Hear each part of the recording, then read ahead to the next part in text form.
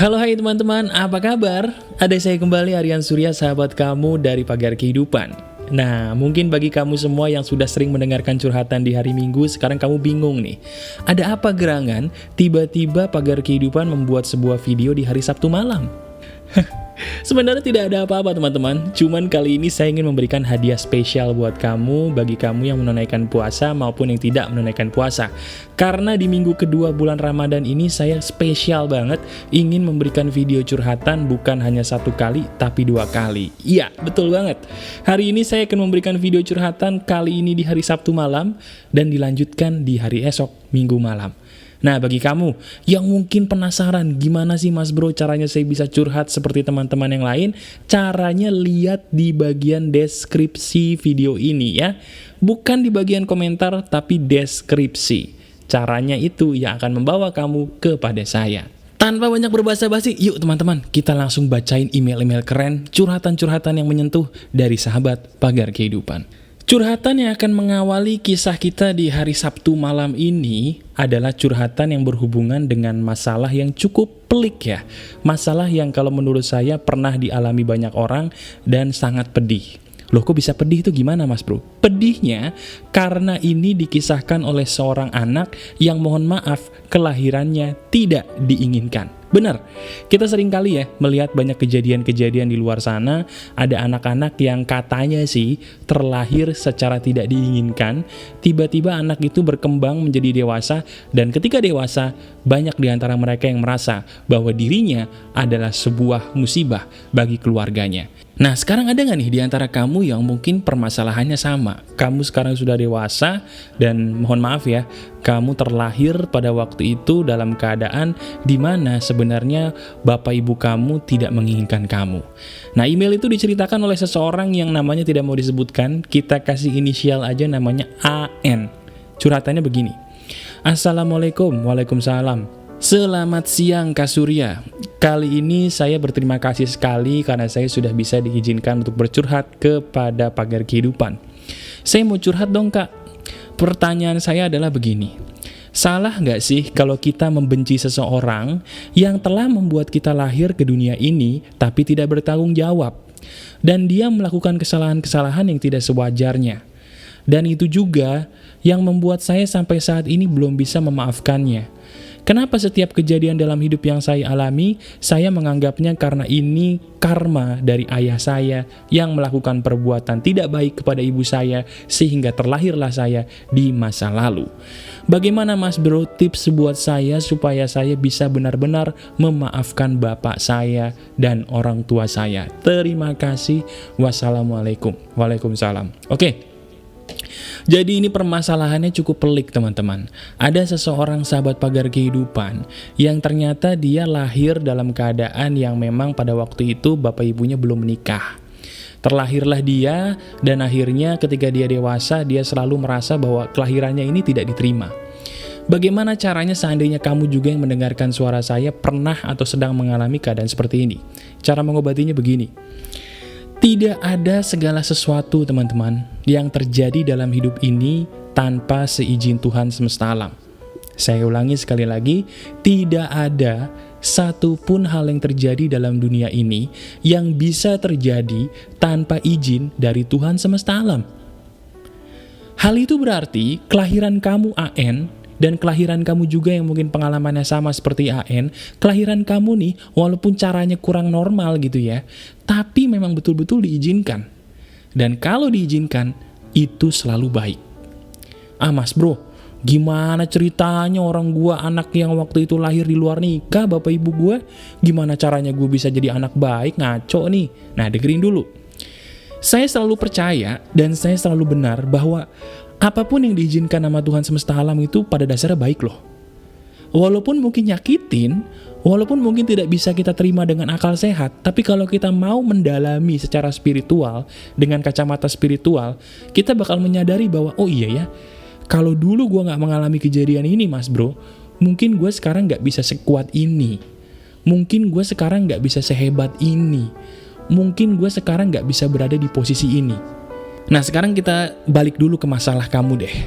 Kamu nih yang mendengarkan suara saya, pernah nggak sih mengalami kisah yang menyakitkan yang berhubungan dengan masalah percintaan?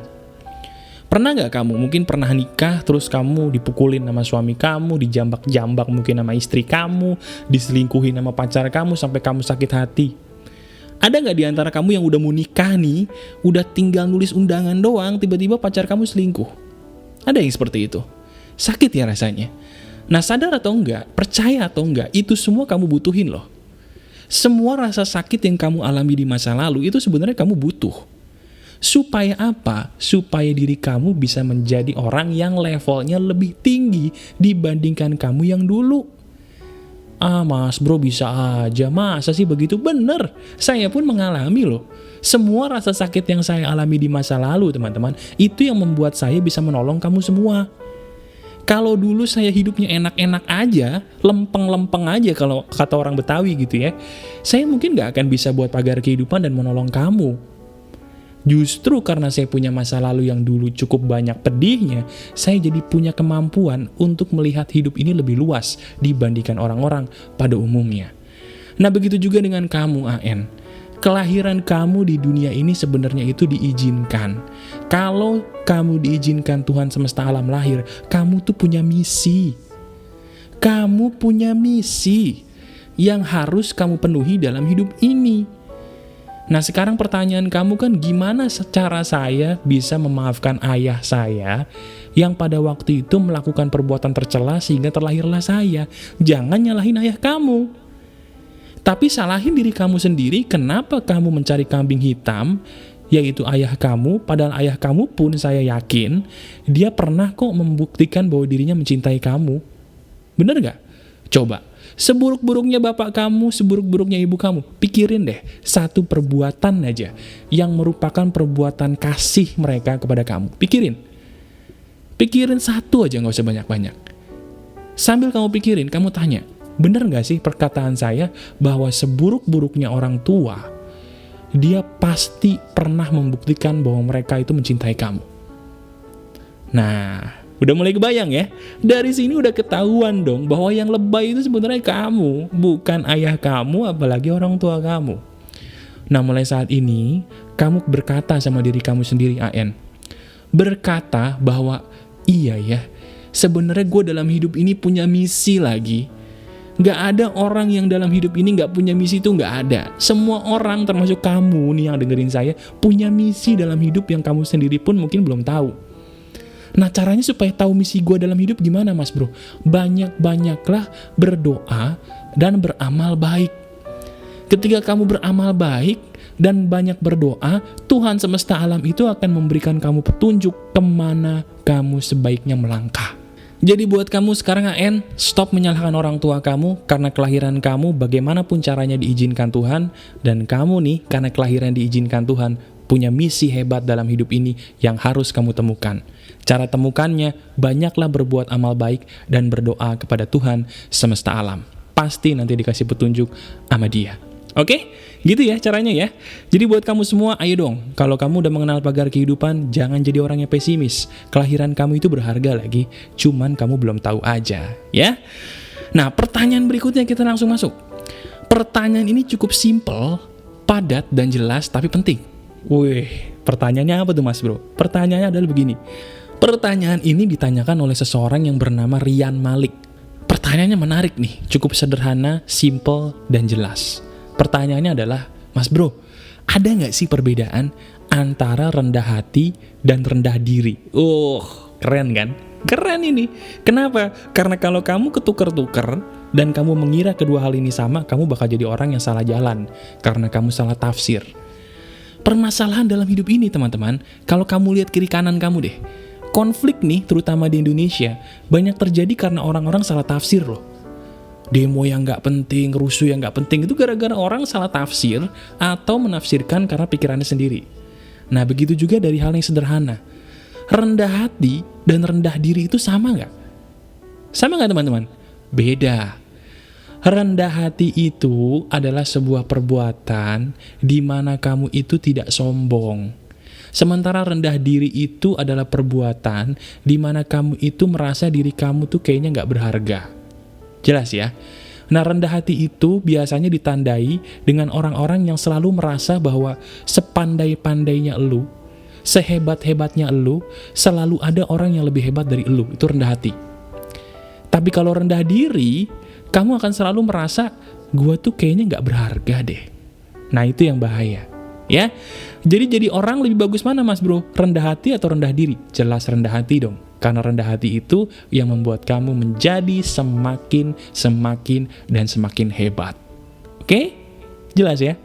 Nah teman-teman, saya punya kabar buruk nih. Kabar buruknya karena di email kita yang berikutnya ini ada sebuah kisah yang menyedihkan.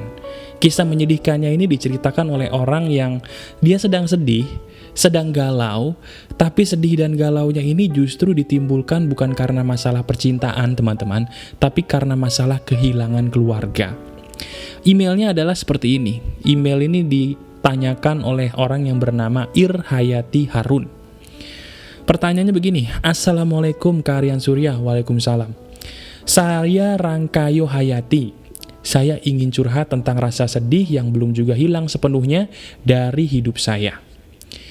Sejak tahun 96 hingga 2014, saya kehilangan 3 kakak laki-laki saya karena penyakit kanker. Waduh. Ibu saya pun mas bro, wafat karena kanker juga. Kalau ingat itu, saya tuh sering sedih dan nangis sendiri. Setragis inikah kisah keluarga saya, Kak? Pertanyaan saya, gimana ya agar saya bisa kembali move on dari rasa sedih ini? Padahal saya juga udah tuangkan dalam sebuah novel inspirasi kisah sedih saya udah nulis buku, tapi kok sedihnya nggak hilang-hilang. Emang sih ketika saya berhasil menulis novel, saya menjadi lebih lega gitu loh. Tapi kok kenapa ya perasaan-perasaan sedih itu kembali muncul lagi sehingga saya pun terganggu. Gimana sih Kak caranya supaya saya bisa menjadi orang yang 100% bisa move on dari kisah masa lalu saya yang pedih. Terima kasih ya Kak, karena sudah bisa membacakan kisah saya dan menolong kisah saya dan teman-teman Pagar Kehidupan. Oke, jadi teman-teman, kisah ini diceritakan oleh seseorang yang bernama Irhayati Harun. Dia adalah orang yang sedang mengalami kesedihan yang sangat gelap.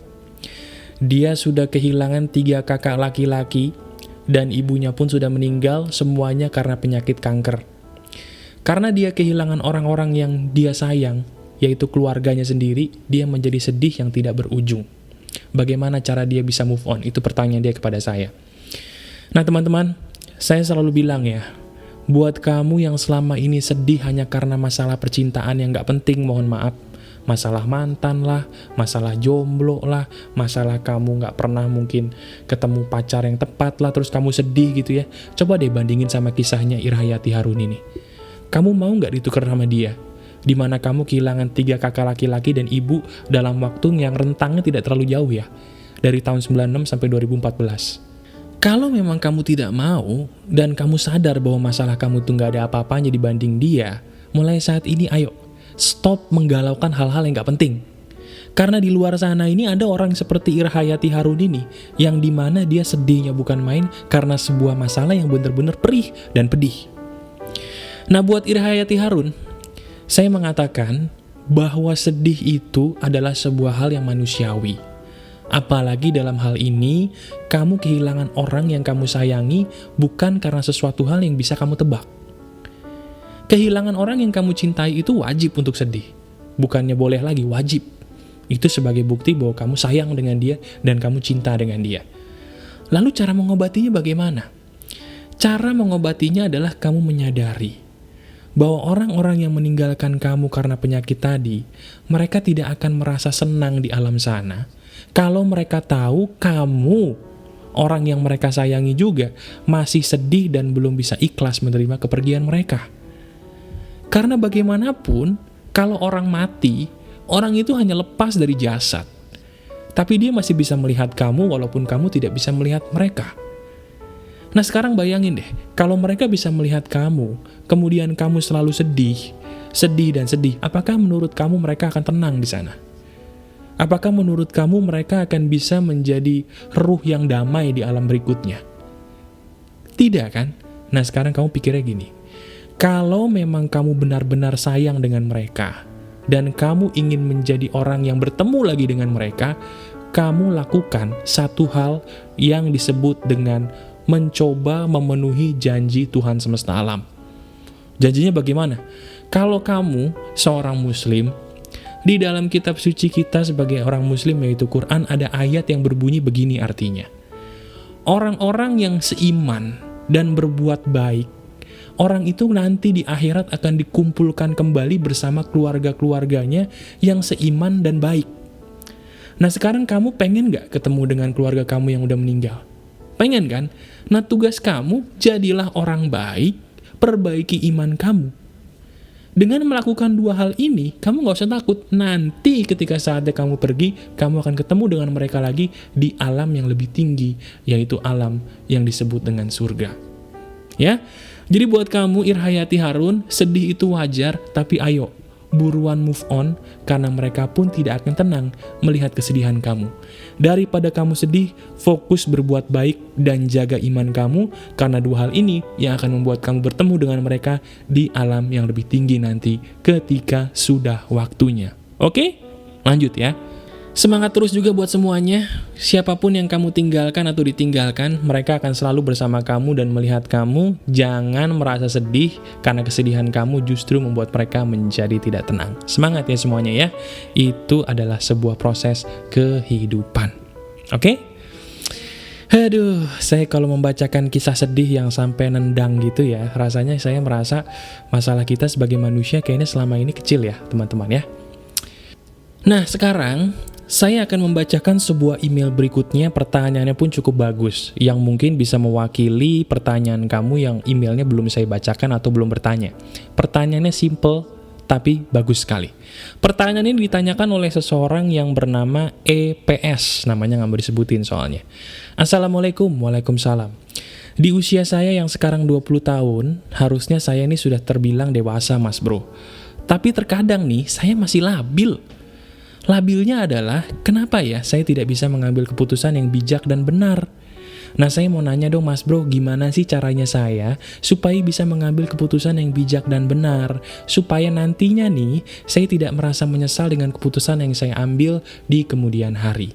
Gimana sih mas bro caranya saya bisa mengambil keputusan yang benar yang tidak akan saya sesali?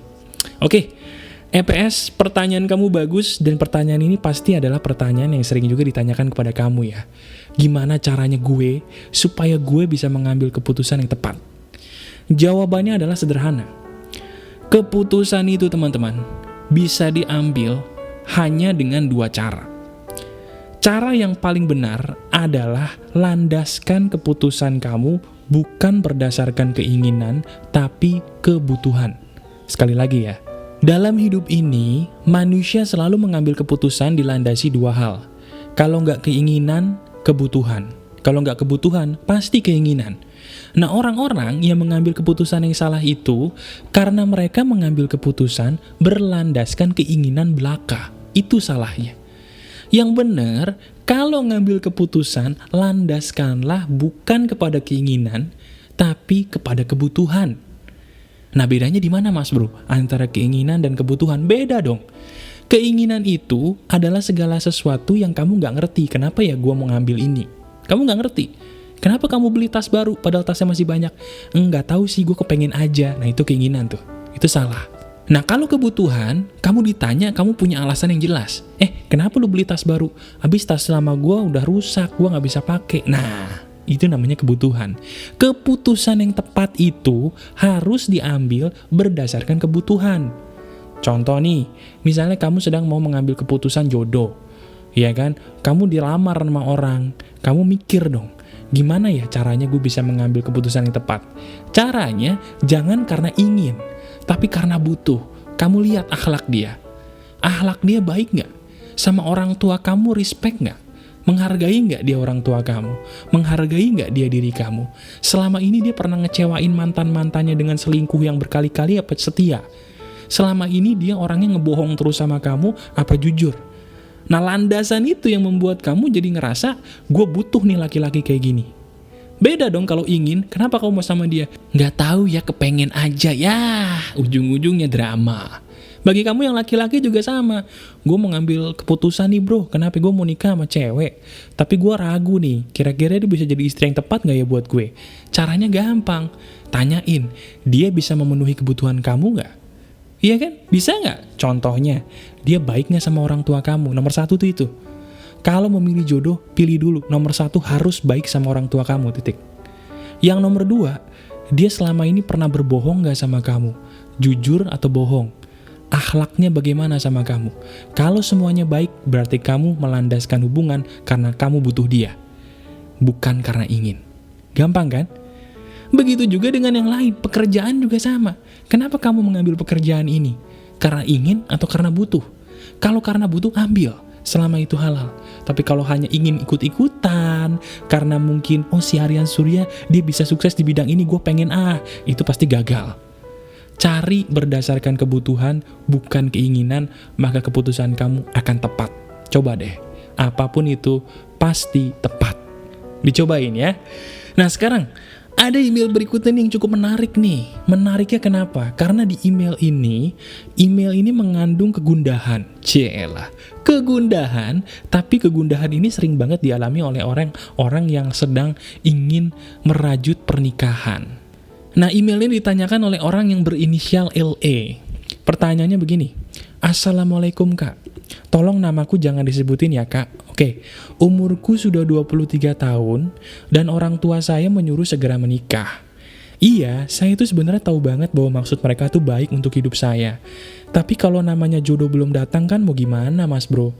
Tahu nggak, gara-gara ini, aku pusing banget loh kak. Terus kepikiran, dan saya tidak bisa tenang. Nah, menurut Kak Aryan Surya bagaimana nih cara mengatasi masalah ini? Buat Kak Aryan Surya terima kasih dan selalu sukses dengan pagar kehidupan. Amin. Oke. Kebanyakan orang teman-teman sering kali bertanya begini sama saya, Mas bro, gue bingung deh, kenapa nih zaman sekarang banyak banget ya orang nikah cerai, terutama artis tuh. Kenapa sih kok banyak banget perceraian di zaman yang semakin modern ini? Salahnya di mana? Salahnya adalah begini. Kebanyakan orang menikah karena orang lain yang mau, bukan karena dirinya yang mau. Saya ulangi sekali lagi. Kebanyakan orang menikah karena orang lain yang mau, bukan dia yang mau. Maksudnya bagaimana? Maksudnya ya sama seperti ini. Sama seperti kisah email yang baru saya bacakan tadi yang namanya LE. Dia bingung nih, orang tuanya maksa dia untuk segera nikah padahal jodohnya juga belum ada. Kebayang gak sih tertekannya kayak gimana? Nah orang kayak gini, yang ujung-ujungnya nanti kalau nggak hati-hati, dia bakal nikah dengan sembarang orang, yang penting ada. Kalau kamu udah nikah dengan sembarang orang yang penting ada, hanya karena getaran-getaran kecil kamu mengatakan itu cinta, kemudian kamu nikah, itu yang membuat kamu jadi gampang cerai. Karena menikah, bukan karena kamu yang mau, tapi karena orang lain yang mau. Udah umur gue udah 35 nih bro, gue belum nikah, ya terus kenapa? Ya gue gak enak sama keluarga gue nanyain mulu tiap lebaran, tiap natalan, tiap gue hari raya selalu ditanyain, mana istrinya, mana suaminya, kok gak ada. Lama-lama gue stres bro, akhirnya gue kepikiran terus bro, gimana dong? Jawaban saya lupain. Loh gue lupain? Ya lupain. Mereka tuh yang maksa-maksa kamu nikah, mereka gak ngejalanin pernikahannya loh. Cuman kamu dan pasangan kamu nanti yang menjalani pernikahannya. Kalau kamu tertekan, itu karena kamu memikirkan ucapan mereka adalah segalanya. Acuhin, belajar cuek. Kamu taruh di pikiran kamu. Menikahlah karena kamu mau, bukan karena mereka mau. Sekali lagi, menikahlah karena kamu mau, bukan karena mereka mau. Nah buat kamu LE, ini solusinya buat kamu juga sama. Mulai saat ini, kamu katakan dengan tegas kepada orang tua kamu. Tegas tapi sopan. Kamu katakan, Mah, Pah, saya udah dewasa dan saya berhak menentukan jodoh saya sendiri. Kalau mama papa terus menekan kayak gini, saya stres. Dan kalau seperti ini terus, saya memutuskan untuk pergi secara mandiri, pergi dari mama papa. Mohon maaf loh, Pak. Mohon maaf loh, Ma. Saya stres kalau dibeginiin terus. Coba. Bilang jujur apa adanya gitu, mereka pun kalau bener-bener sayang kamu pasti ngeri. Ngeri untuk kehilangan kamu sehingga mereka pastinya akan segera memperbaiki diri, ya. Jadi intinya kamu ingat teman-teman, jangan menikah karena mereka ingin, tapi nikahlah karena kamu ingin. itu jauh-jauh lebih baik dan jauh lebih aman untuk masa depan kamu sendiri. Oke teman-teman, jelas ya? Nah jadi begitu, ada kalanya kamu harus mengabaikan ucapan dan perbuatan orang lain demi masa depan kamu sendiri. Ingat loh, hidup ini milik kamu, bukan milik mereka. Jelas? Nah sekarang sudah waktunya kita masuk ke email terakhir. Email terakhir ini ditanyakan oleh seseorang yang bernama Nelly. Pertanyaannya begini, Assalamualaikum Mas, Waalaikumsalam. Selamat siang Mas, saya mau curhat nih. Bagaimana sih caranya supaya saya bisa ikhlas menghadapi segala sesuatu yang pernah menyakitkan saya? Ada kalanya saya memang sudah mencoba untuk ikhlas, tapi secara praktek, ikhlas itu susah ya. Bagaimana sih caranya supaya kita bisa ikhlas dengan mudah? Oke. Pertanyaan ini sangat bagus karena pertanyaan ini bisa menolong banyak orang yang sampai detik ini masih belum bisa mengikhlaskan segala sesuatu. Jawabannya adalah sederhana. Ikhlas itu bisa terjadi kalau kamu mengirimkan doa kepada orang yang menyakiti kamu. Saya ulangi sekali lagi, ikhlas itu bisa dengan mudah terjadi kalau kamu mengirimkan doa secara rutin kepada orang yang sudah menyakiti hati kamu. Setiap orang yang tidak bisa ikhlas, itu pasti kan ada hal yang menyakitkan toh. Nah hal yang menyakitkan ini karena kamu nggak bisa melepaskan diri dari orang yang sudah menyakiti kamu, siapapun mereka. Betul apa enggak? Kamu pun tidak bisa melepaskan diri dari kejadian yang membuat kamu sakit hati di masa lalu. Nah cara ngobatinnya sederhana. Doakan orang yang ada di kejadian itu secara rutin. Misalnya kamu trauma dengan kelakuan pasangan kamu, doakan dia. Bukan berarti kamu balikan loh. Mendoakan bukan berarti balikan. Salah. Doakan dengan doa terbaik, karena dengan doa yang terbaik, di situ akan muncul kelegaan jiwa, dan di situ akan terjadi keikhlasan diri. Ya, jadi keikhlasan itu memang secara teori gampang, prakteknya susah, tapi bisa dilatih dengan rutin mendoakan orang yang menyakiti kamu tersebut dengan doa yang terindah. Coba lakukan itu secara rutin, dan rasain deh, kayaknya kok lebih gampang ya untuk menjadi ikhlas. Itu fakta loh. Oke teman-teman, sampai sini dulu, saya kayaknya akan melanjutkannya di esok hari. Bagaimanapun kisah kita yang cukup singkat, padat, dan jelas ini sangat menarik ya. Hikmah yang bisa kita ambil dari video di hari ini adalah begini.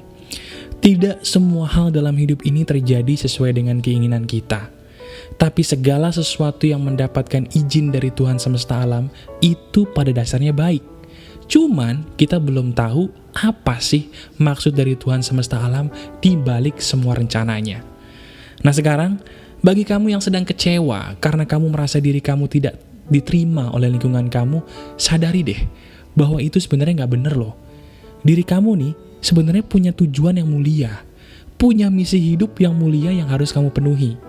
Oleh karena itu, yuk, daripada kamu musingin segala masalah yang pernah ada dalam hidup kamu di masa lalu, kenapa sih nggak mulai saat ini, mulai berbagi kepada sesama dengan apapun yang kamu bisa? Karena berbagi itu adalah kebaikan yang paling dasar, dan itu yang bisa membuat diri kamu merasa berharga.